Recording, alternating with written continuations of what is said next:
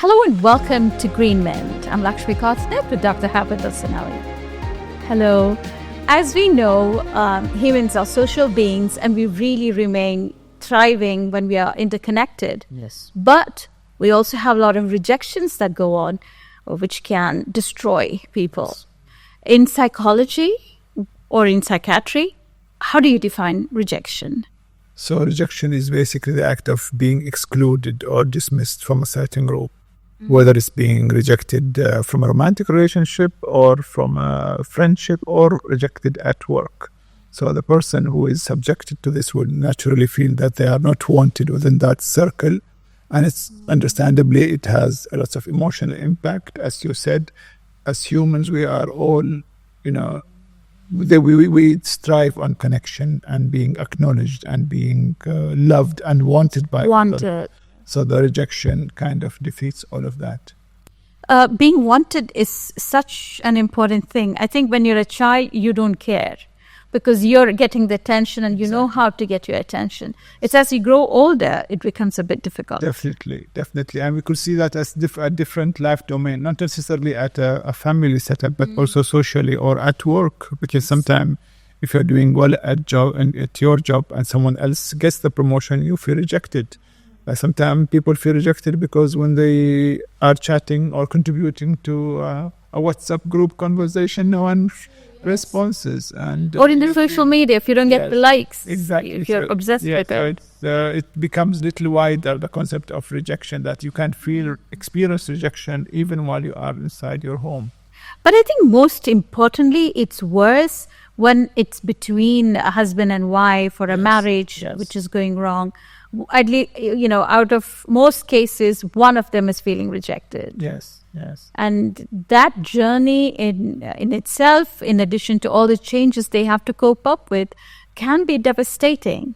Definitely, especially if that happens to the time when all the children are grown up and the couple feel they only have each other. And then, because you could get yourself busy looking after the children, but if you feel that job is taken away or no longer needed as a parent, so the next job or title being left for you is when you are a partner, a husband or a wife. And if you don't have much going in your professional life, again, that becomes the only thing the only connection that you want to develop and invest on. So there's a huge void. Definitely. So that's one thing, but also it is something that they feel they have lost or failed, for example. Is that what the psychology is behind? Sometimes feeling rejected? Some people tend to internalize the rejection. They feel that they must have done something wrong. They might have acted in a way that pushed others away from them. They feel unworthy. So they start to internalize. And in fact, some people, these kind of feelings, especially if the rejection is consistent or repeated, the person can feel depressed because this becomes a trauma that is internalized. And the person get to the situation believing that they are unworthy of any connection. There must be something totally wrong with them. They are awkward. They are, not easy to get along with. And this will impact their mental health in general. So can the rejection itself lead to depression? Yes. As I explained, if it is repeated, if it is a thing that you really value, if you, every time you want to propose for a marriage and you get rejected, you tend to ask yourself, why? Is it because of my looks? Is it because of my social status? So people start to have this wanting to have an answer, especially in certain situations, you don't actually get the feedback. So it's not like something that you could improve. If a person is always applying, is seeking a job, and every time he appears for an interview but gets rejected again, he or she start to blame themselves. That will affect their self-esteem. So eventually they will give up and stop because they feel they are done for life. This is their fate. Yes. But it is not true. It's definitely not true. Because what would you say as a psychiatrist, a person who's going through tremendous trauma of being rejected? Yeah.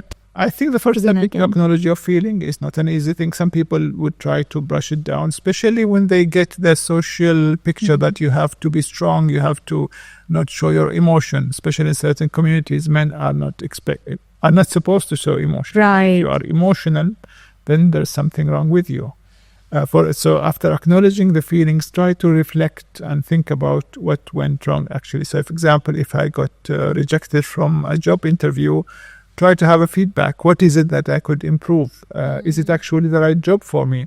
Am I missing a particular skill? So instead of trying to victimize yourself or make it sound personal, try to become more objective. If possible, ask for an independent party's feedback. So the interview panel can write you a feedback saying that these are the areas that you could work on so you could be more successful in the future.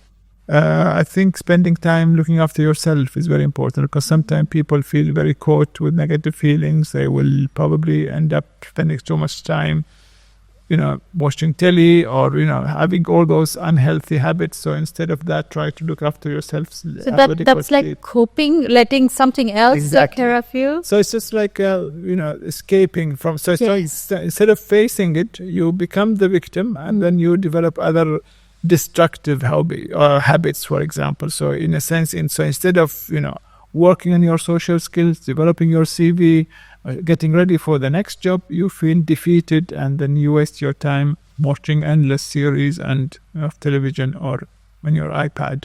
The other thing is that, keeping a balanced contact with other people, surrounding yourself with positive people who are not judging, so they will listen to you. They would give you practical advice. And it's interesting that sometimes new apps, new technology with the use of AI, I came across chatbots. So you could chat with the Really? Yes. Okay, so we need to try that today. So they can give you tips. They can give you, practical help. Some of them are good enough to give you some level of empathy. Obviously, it's not a person that you are talking to or chatting with. But you have to be mindful, because sometimes you could overdo it, because those apps are 24/7. So if you... Oh, you could get obsessed with it. Some people do, yes. Yes. Already? Yes. They've just come in. Well, they've been around for quite some time now, yes. Yes. But, that's again the human psychology, that we get dependent on things very easily. Definitely. And talking about chatbot, it's a one-way relationship. You don't have to worry about him. I mean, even if you want to be funny and say, how was your day or how do you feel now? He will just laugh it out and say, I am a robot. I have no feeling. Let's talk about you. So, there is always this emphasis in this is about you all the time. So if you want to have a normal relationship, you've already got used to the idea that you're all the center of the conversation, but you wouldn't know how to reciprocate. Mm-hmm. So, how do we cope? In the sense, there are people in the society who seem to be handling it very well. Yes. They bounce back. Yes. And then others get anchored down. Yeah. So I think, again, it's about how you see yourself. So people who are more confident, they can develop new skills. They know this is not the end of the world. People who are, I wouldn't say too much pampered when they are young, but again, the way you upbring. Sheltered. If you're sheltered, you're always looked after and suffocated, smothered with care. Then you have difficulty facing the outside world. So it's useful to inject a bit of independence in the child at a certain age. And there is a saying that what doesn't kill me can make me stronger. So you address everything you consider the ups and downs of life more of lessons for you to improve yourself, instead of just crying around at the corner. So you think it is natural to be rejected? It's part of life. I mean, you can't get everything you want to. And again, the concept of rejection is, sometimes I feel rejected because I'm not included in a conversation at work. So is that a big deal? No. I mean, if I feel I don't belong to this group, maybe I can, start socializing with people who actually value me.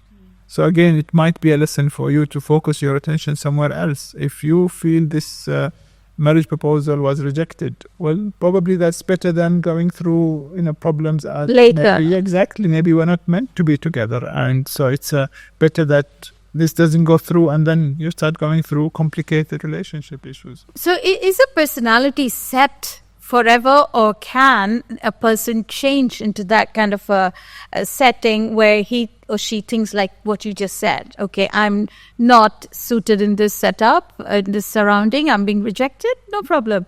I can move on. Can this be cultivated? I think if you talk about personality, that's a big subject, but by definition, your personality, you are not born in a certain mold.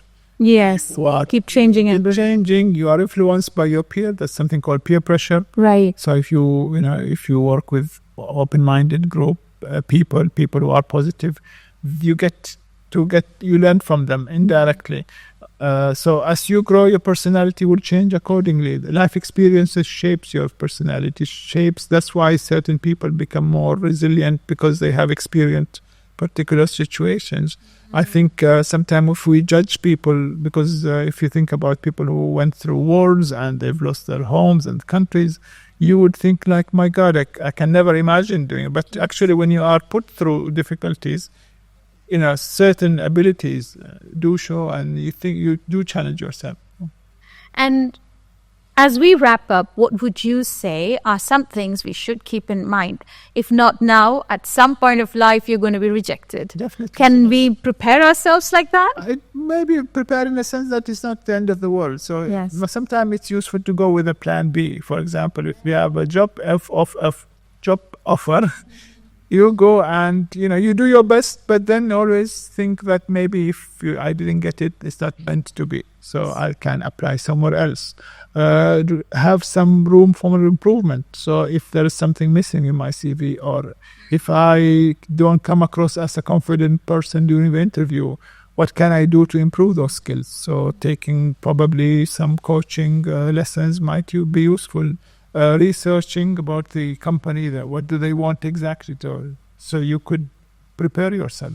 This also, in a way, is understanding changes in life. Yes. Because some people are so rigid that they don't want to accept change. They want it in their comfort zone. But a rejection is something where it's not a bad thing in that person's, the one who is rejecting it, because they know what they want in life. Exactly. So sometimes rejection can be in the form of, not getting offer of the job or being terminated. Yes. Or, if you are terminated, that might be a sign for you that you could invest your energy somewhere else. Right. So it's how you approach it. Definitely, yes. So if you're being rejected, it's time to think why and what's a good thing in it. And it's not the end of the world. It's not the end of the world. Thank you, Dr. Hamed Al Sinawi. Thank you so much for your time. And we'll be back with GreenMent once again. Until then, take care. Thank you.